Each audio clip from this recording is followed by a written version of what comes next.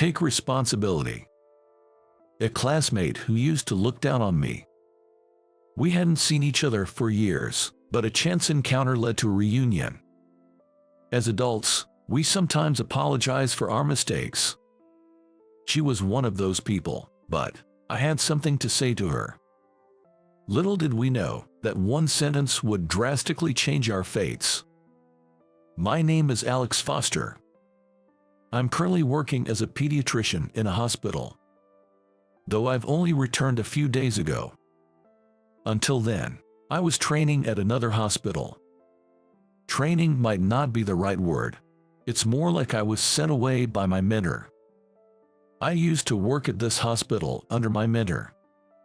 But as soon as I ran out of things to learn, my mentor told me to gain experience elsewhere and threw me into a different hospital within the same network. However, it allowed me to gain various experiences. It's a fond memory.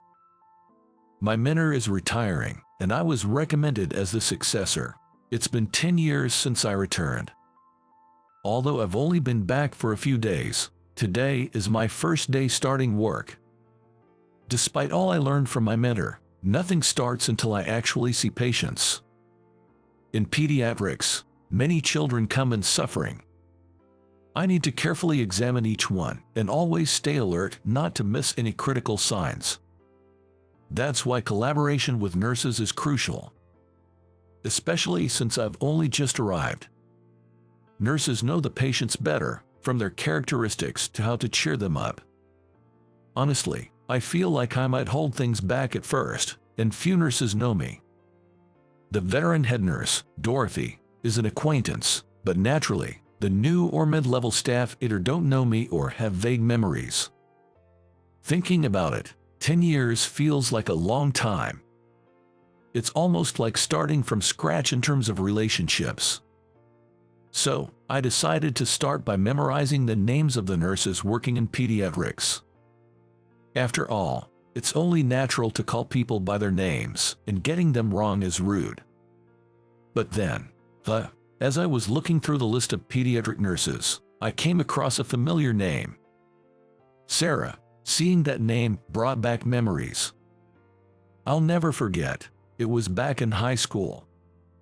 Ever since I was little, I wanted to be a doctor. That was because I admired Dr. Brown, who encouraged me when I was sick and scared as a child. I wanted to be a doctor like him, but becoming a doctor is not easy. Even if you make it into med school through hard work, there are still walls of knowledge and skills to overcome. It's a field where new things are constantly being discovered and researched. So, I was studying hard since middle school. Otherwise, an ordinary guy like me wouldn't stand a chance at med school. I certainly joined a highly prestigious high school known for its academics. There, I met Sarah. She had a certain aura about her, drawing attention from everyone around her. To put it simply, she was the popular center of attention in our class. On the other hand, I was just a plain, inconspicuous bookworm that could be found anywhere. I was utterly absorbed in my studies, aiming to get into medical school. I didn't bother making friends. In fact, I preferred to spend any potential chatting time studying. Despite the importance of communication, I, in my youthful ignorance, didn't bother to learn such skills. But from others' perspective, I was just a classmate who only studied and barely spoke, seemingly annoyed when spoken to, difficult to approach, to say the least. Sarah seemed to look down on me. Look down might not be the right term. At the time, I thought she did, but reflecting on it as an adult, it was more like she was trying to look out for me, albeit in a harsh tone. Most people avoided me, not even attempting to converse, and some even disliked the idea of speaking to me. Naturally, no one wants to talk to someone who ignores greetings. But Sarah was different. Even when everyone else had given up on talking to me, she kept trying to engage. Why don't you try to be a bit more pleasant? Greeting is the very basic of basics. You're not participating in group activities again. That kind of behavior holds everyone back, you know. When someone is kind to you, you should say thank you. Didn't you learn that in kindergarten? You're going to have a hard time in the future with that attitude. She would meddle in my affairs like this at every opportunity. Back then, I found it incredibly annoying. I thought she should just leave me alone, but thanks to her, my high school life was quite lively, to say the least. Looking back, she was probably the only one who bothered to meddle in my business so much. And just like that, I found myself reminiscing about the past. It's unbelievable to think that someone with the same name would be in the same workplace, let alone the same department. Such coincidences do happen, it seems. But then... Wait, Alex. Sarah. It wasn't just someone with the same name, it was actually her. When I showed up at the nurse's station, there was Sarah. Her hair was long and black, tied back, and she had a quiet appearance, but she still somehow managed to stand out, just like before. She must have always had the natural charm to attract people.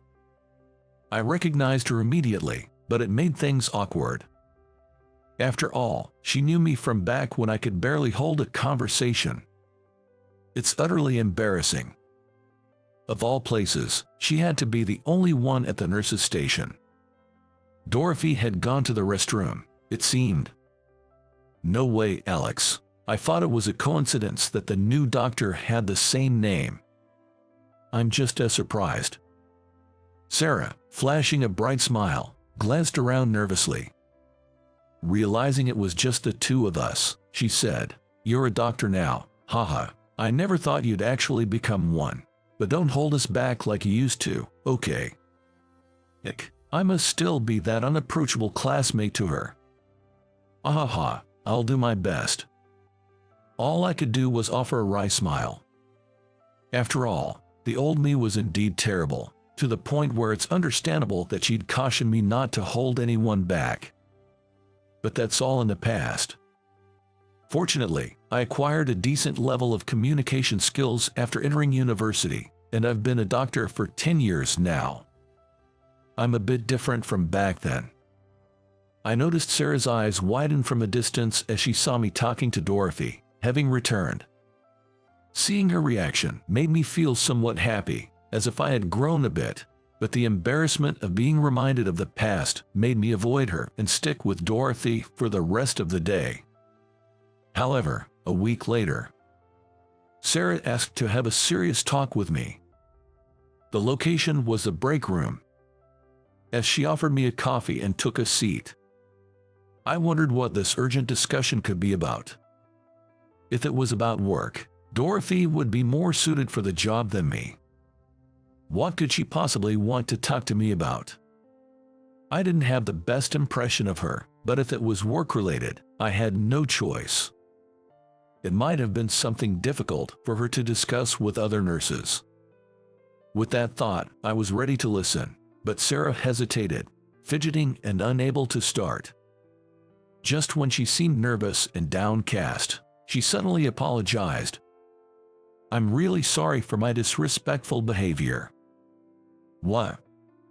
I was taken aback by her unexpected apology.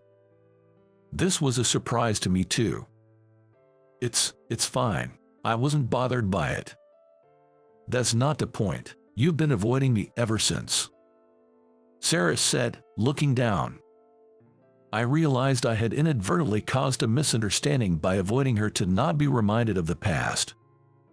See, I've always been meddlesome, right? Even though I knew you found it annoying, I kept talking to you. I said things like "don't hold us back," out of habit, which was incredibly rude considering the effort you were putting into becoming a doctor. I've been wanting to apologize, but you've been avoiding me. Sorry, I just remembered the past. I explained to Sarah how I neglected communication in the past, and how being reminded of that now made me feel embarrassed. The past me was pretty bad, wasn't it? Having someone from the past at work makes things a bit awkward for me.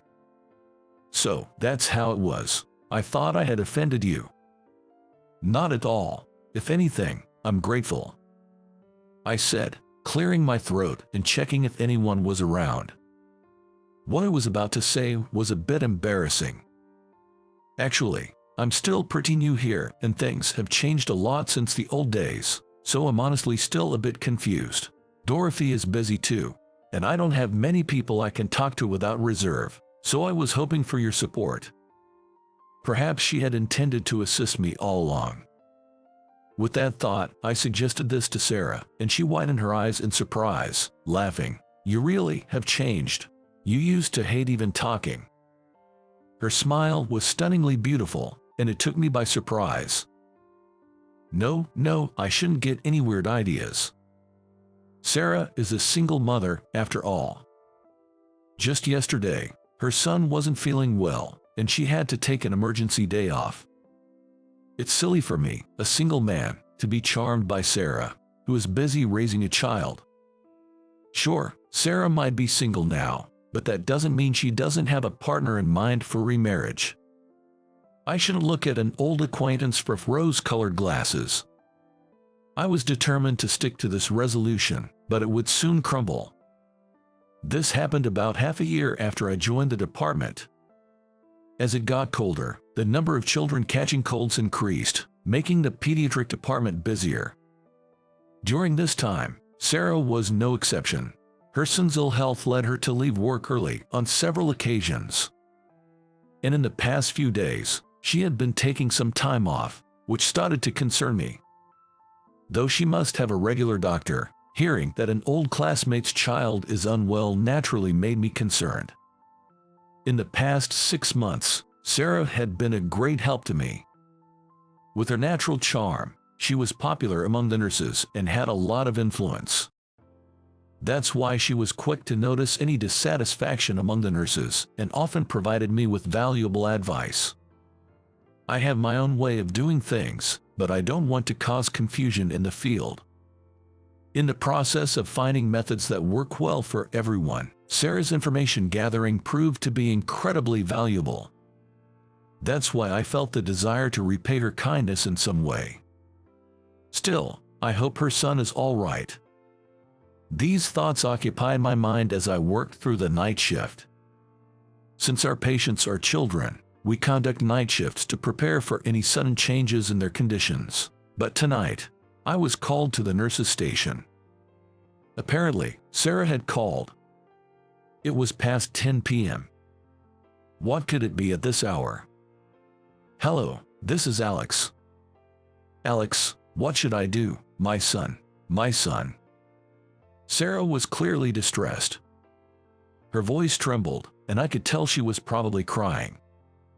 From her panic, I sensed that the situation was dire. Calm down, Sarah. What happened to your son? He's vomiting blood. I tried to call an ambulance, but all the nearby ones are out. Vomiting blood. Your house is close to the hospital, right? I'll make arrangements with the emergency department, so bring your son in immediately. After asking Sarah about her son's age and symptoms, I gave her these instructions and hung up. Today was Sunday, and at this time, it would take a while for an ambulance to arrive.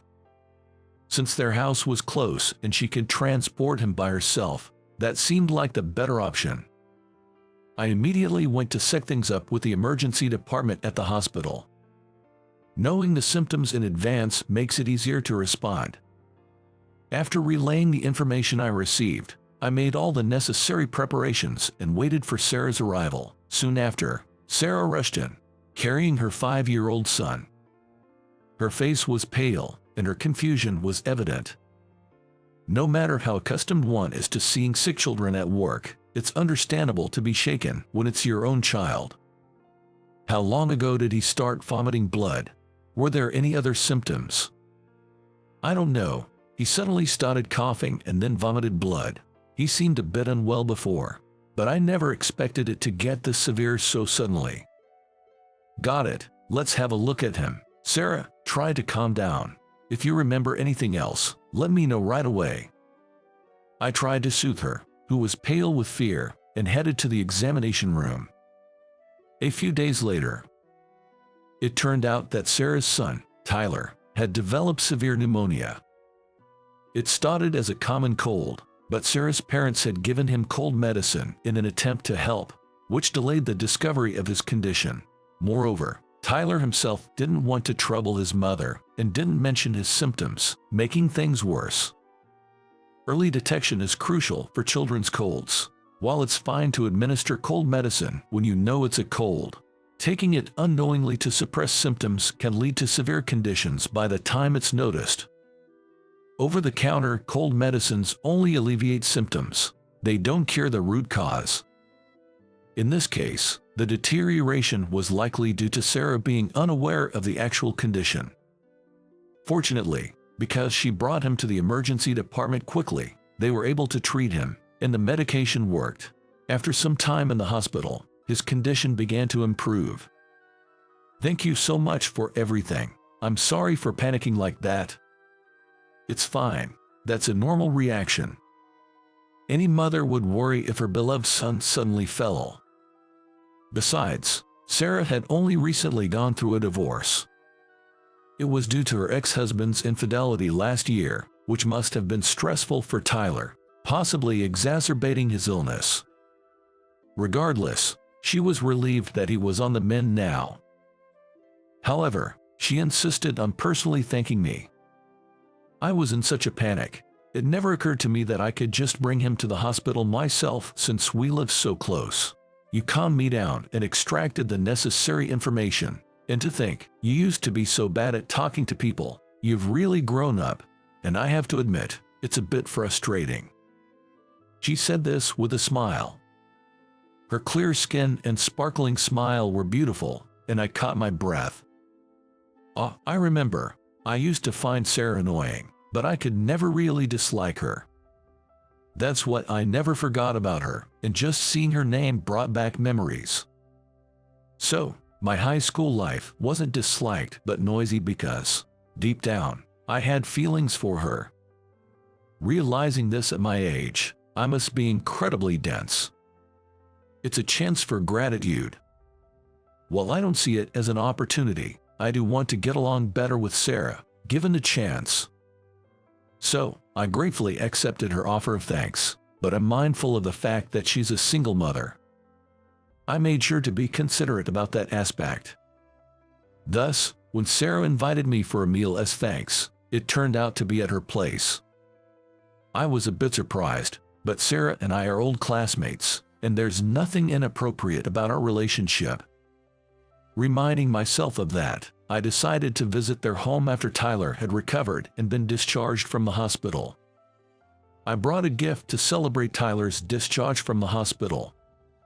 "Sorry for making you go out of your way," she said, but I was just happy as a doctor to see a child discharged safely from the hospital. I insisted on celebrating regardless. Sarah lives in a small apartment with Tyler. Knowing I was coming, she prepared hamburgers. To be honest, it's incredibly delicious. I almost finished them all without realizing. This is amazing. You could open a diner with this level of cooking. Oh, you think so? Definitely. Be confident. I'd come to eat every day if I could.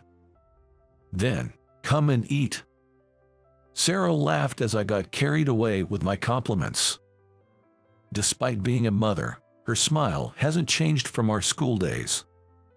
Seeing the same old Sarah made my heart race, and I found myself wanting to be with her forever. I'm not the same guy who only studied and was introverted. Now, I feel I could be by her side. I've gained that much confidence, I believe. From then on, I was treated to her homemade dinner once a month.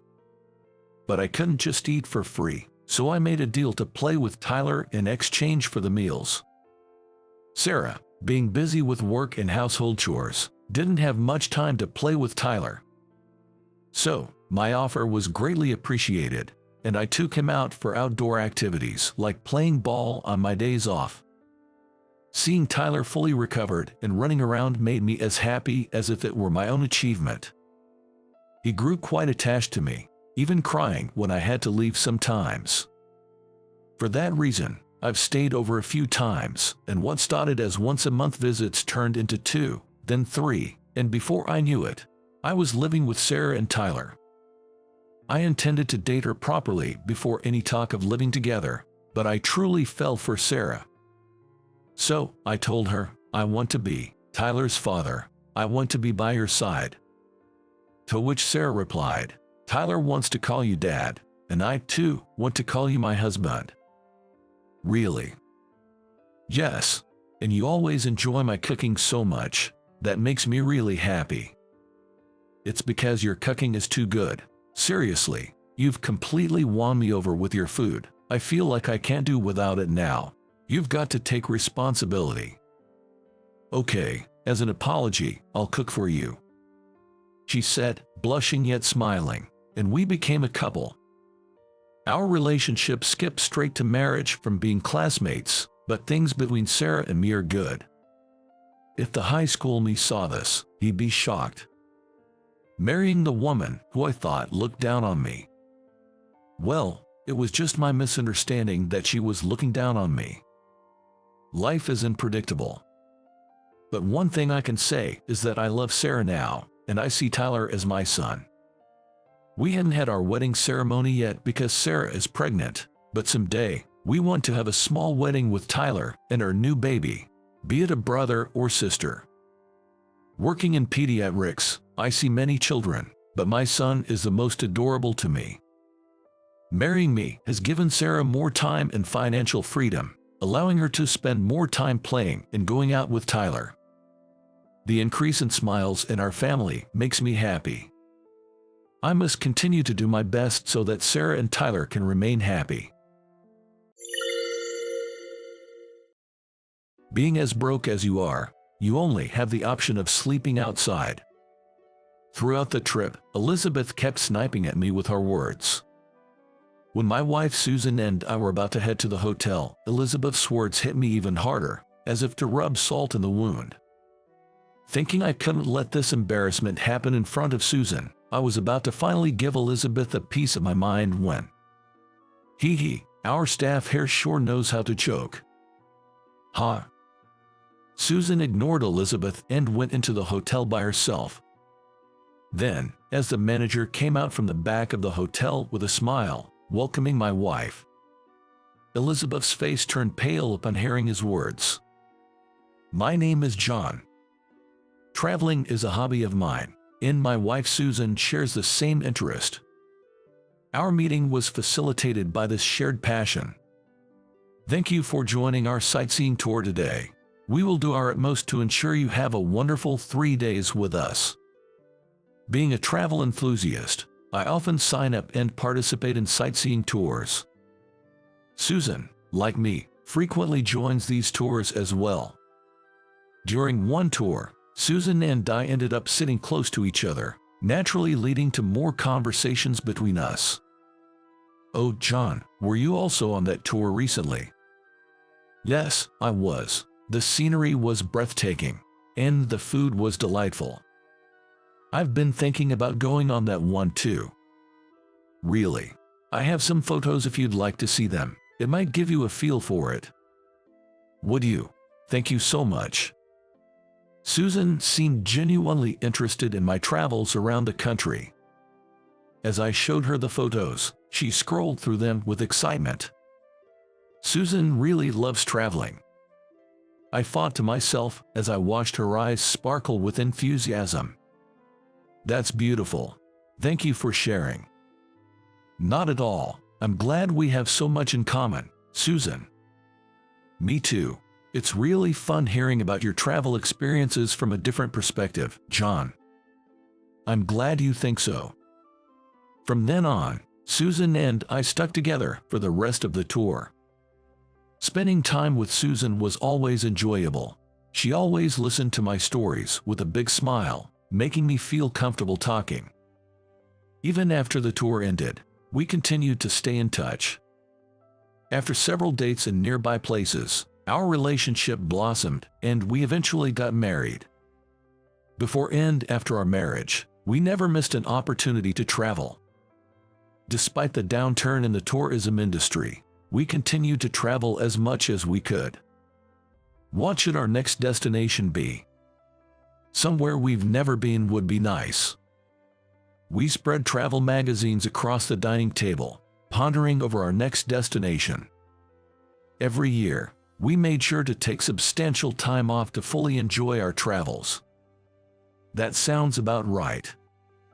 Maybe Philadelphia would be the best choice for this time of year. Do you think so too, John? You were thinking the same, Susan. Yes, I had the same thought as you, John. Susan said with a laugh. We're on the same page. Amidst our casual conversation, we decided to go on a trip to Philadelphia together this year. Now that we've decided on the destination, let's choose which tour to take. Right. Any particular places you want to visit, John? Well, I might want to see some historical buildings.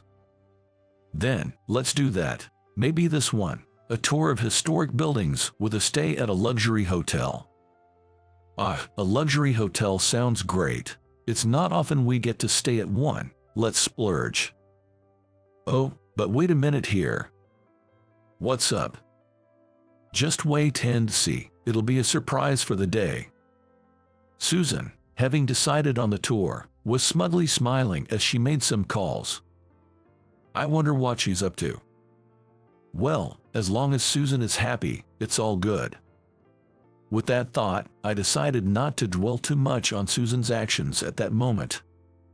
Looking forward to our Philadelphia trip in 2 months, we went to sleep that night. Susan and I couldn't wait for the day, going over the tour details again and again.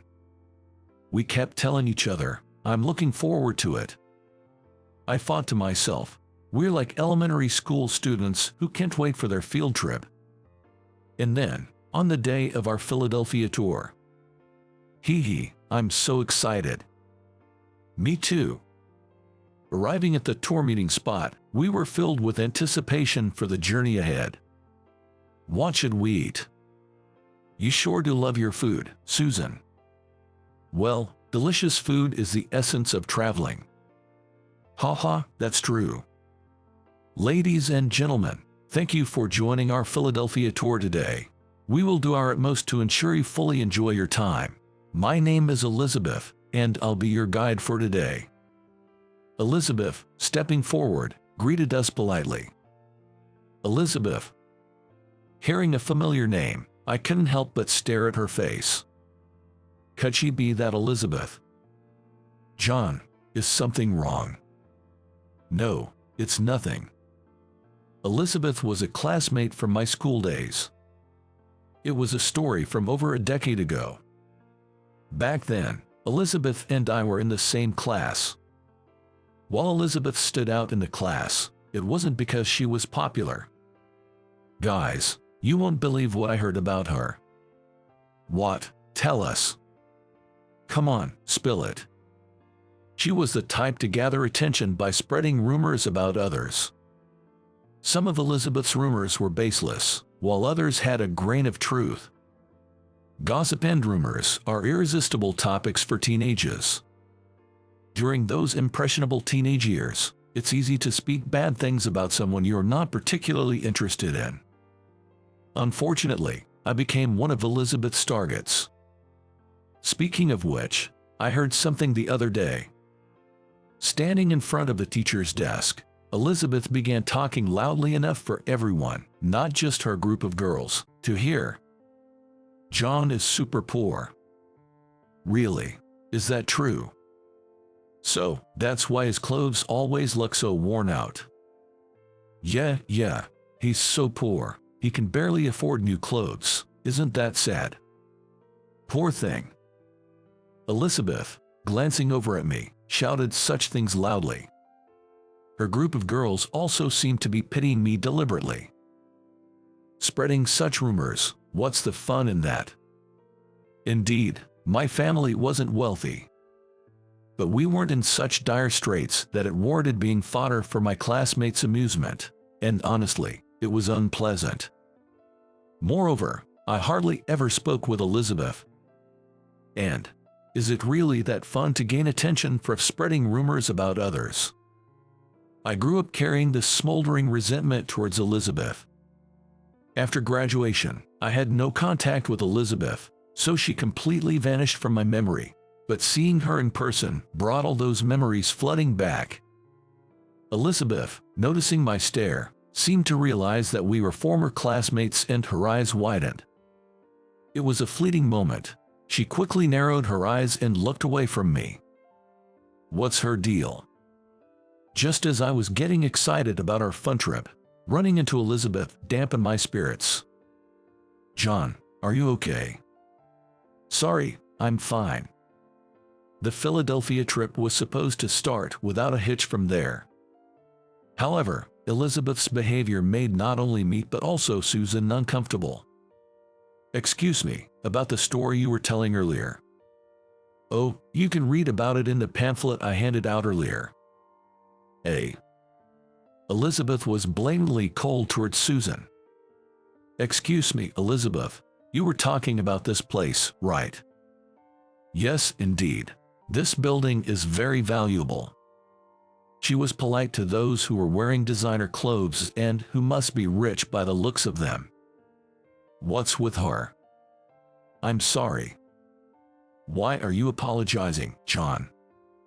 Feeling bad that Susan was made uncomfortable on our trip, I told her about my history with Elizabeth. That's awful. I guess it's because she sees me with you. We were looking forward to this, sorry. It's not your fault at all, John. I'm going to talk to her. No, it's okay. Let's not worry about it and just enjoy ourselves. But I'm fine, really. If you say so, John. I managed to stop Susan from confronting Elizabeth, deciding to make the best of our trip to Philadelphia. We tried to enjoy ourselves, but you are poor and still affording such a trip, huh? It's pity that the buildings having to be stepped into by the poor ruins the grace of the place. And your clothes look rather cheap too. Maybe you should have bought new ones before coming on a trip. Hey, John, maybe we should. Susan was about to say something, but I stopped her by grabbing her arm. Elizabeth's repeated insults were not only uncomfortable for us but also for the other tourists. Feeling sorry for others but retaliating her would only worsen the situation, so I endured Elizabeth's verbal jabs. Though the day didn't go as smoothly as hoped, we somehow made it to our hotel for the night. Thank you for today. This is the hotel where you will be staying tonight. The hotel that Elizabeth led us to was indeed grand. Wow, it really is a luxury hotel. Right. Suddenly, Elizabeth blocked our path. People like you, the poor, should be sleeping outside. Please enjoy the great outdoors with your wife too. This isn't a place for poor folks. Elizabeth, that's a bit much. As I was about to say, that's going too far, Susan, as if she couldn't see Elizabeth at all, entered the hotel with a smile. Susan. Our staff seems to have a good sense of humor, so I'll speak with the manager about this. What do you mean? As I struggled to grasp the situation, Elizabeth tried to stop Susan from entering the hotel. Hey you, what do you think you're doing? Just going in like that? Is that something you can say to me? At Susan's words, Elizabeth frowned. Then, a woman emerged from the back and greeted Susan. Owner, thank you for coming. Manager, thank you for your hard work. It seemed that Elizabeth was more surprised than I was. Elizabeth stood there, her face pale. Could this be? Before we got married, Susan had mentioned that she was the owner of a travel agency. I knew she was mainly the owner of a travel agency, but I also heard she owned a hotel. I didn't marry Susan for her power or wealth, so until she said, I own a travel agency, I hadn't really delved into her work life. Elizabeth, do you understand now? Eh? We must not discriminate against any customer. Elizabeth bit her lip in frustration at Susan's words. And please, don't act in a way that makes our guests uncomfortable. I'm sorry. If you understand, that's good. To be honest, I've heard about your reputation. It reached me. I've received feedback that your customer service attitude could be better from both customers and employees. It seemed her customer service attitude had been a topic of discussion within the company. I figured Susan must have joined this tour to assess her customer service firsthand. Why? Why can a poor person like John marry someone with power and wealth like you? I can't believe it. Oh my. Elizabeth, frustrated at being out-argued, raised her voice in insult to me as if to vent her anger. Susan sighed deeply in response to her frantic behavior. Elizabeth, you really didn't get it. What don't I? People shouldn't be judged by whether they have money, power, or what they look like. The true charm of a person is on the inside. The inside. At Susan's words, Elizabeth collapsed to her knees. Do you understand now? I don't. Elizabeth, I understand that what's inside a person is important, but why can't we judge people based on whether they are wealthy or not? Elizabeth, that's discrimination. In the hospitality industry, you absolutely must not do that. Besides, John is a wonderful person. It's a shame you didn't see his charm back when you were students. I wasn't approached by John because I have wealth and power. If anything, I was the one who fell for him. John isn't just about enjoying travel himself. He loves it so deeply that he always plans trips that ensure others enjoy them too. John is. He researches thoroughly and makes sure to fulfill everything I want to do or see on a trip. That's the kind of person he is. Elizabeth looked up at me with a tearful face. In such moments, I'm not sure how to react. While I wasn't without anger towards Elizabeth, I felt that stooping to derogatory remarks would make me no better than her. Elizabeth must have always been desperate for attention. From her school days, she seemed preoccupied with others' opinions, often putting others down to lift herself up. If this behavior had been confined to her teenage years, it might have been dismissed as youthful folly, but Elizabeth had let it fester into adulthood, affecting her work. John, what should we do? Susan called out to me, pulling my gaze from Elizabeth to her. What do you mean? As the owner, I can fire Elizabeth right here. That would be. I looked at Elizabeth once again. She wore an indescribable expression. Her guidance was very clear, and honestly, despite the discomfort during this tour, I thought she was a capable guide. I hope she becomes a guide who can better convey the charm of travel. I thought you'd say something like that, John. Afterward, it seemed Elizabeth took our words to heart. After the Philadelphia trip, Susan told me about Elizabeth's recent behavior, which appeared to be treating everyone equally. With her unwavering customer service, Elizabeth's reputation improved. Later, she connected with a tourist on a tour and eventually got married.